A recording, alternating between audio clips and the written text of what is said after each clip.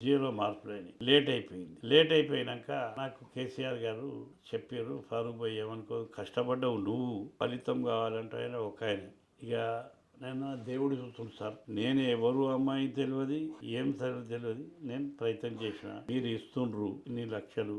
ఒక బేకరీలో పనిచేసే అమ్మాయి తండ్రి ఆ పని చేస్తే ఆమె పాలేటర్ కావాలని వేరేళ్ళు అడ్డంకాలు వేస్తే, సరే సార్ పేరు పెట్టేసి అని చెప్తే, సరే మంచిదని ఫస్ట్ పేరు నాది, సెకండ్ వారి పేరు పెట్టేసి ఆ జియోని రిలీజ్ చేసి సీఎం గారు వారి చేతి మీదకి ఇచ్చింది. అది చాలా హైలైట్ అయింది. ఆ పైలట్ కు వస్తుంది. దాని తర్వాత ఎస్సీకి సంబంధించిన అమ్మాయికి ఒకటి, ఒక ఎస్టీ అబ్బాయికి ఒకటి, దాని తర్వాత బీసీ అబ్బాయికి ఒకటి, ఇట్లనే ఒక 5-6గిరికి సీఎం గారు. ఎందుకంటే ఒక దొరికింది కదా. చాలా మంది అరే గవర్నమెంట్ ఇస్తుందట, పైలట్ అవుతుందట అంటే ఒక 8-10 మందిని కేసీఆర్ హయాంలో పేద కుటుంబానికి సంబంధించిన వాళ్ళు పైలట్ కాగలిగినరు అనేది చరిత్రలో మొట్టమొదటిసారిగా అది నేను సాధించిన. ఆ ఘనత నాకు ఉన్నది. నేను కేసీఆర్ గారికి సలాం చేస్తున్నా. నా మాట ఏనాడు కూడా కాదని లేదు. అందుకోసం నేను కాంగ్రెస్లో ఉండి ఆయన టీఆర్ఎస్ ముఖ్యమంత్రి అయి కూడా నాకు ఇంత పేరు తీసుకొచ్చిందో అన్నటువంటిది అభిమానం ఒకనాడు పుట్టిపోయింది.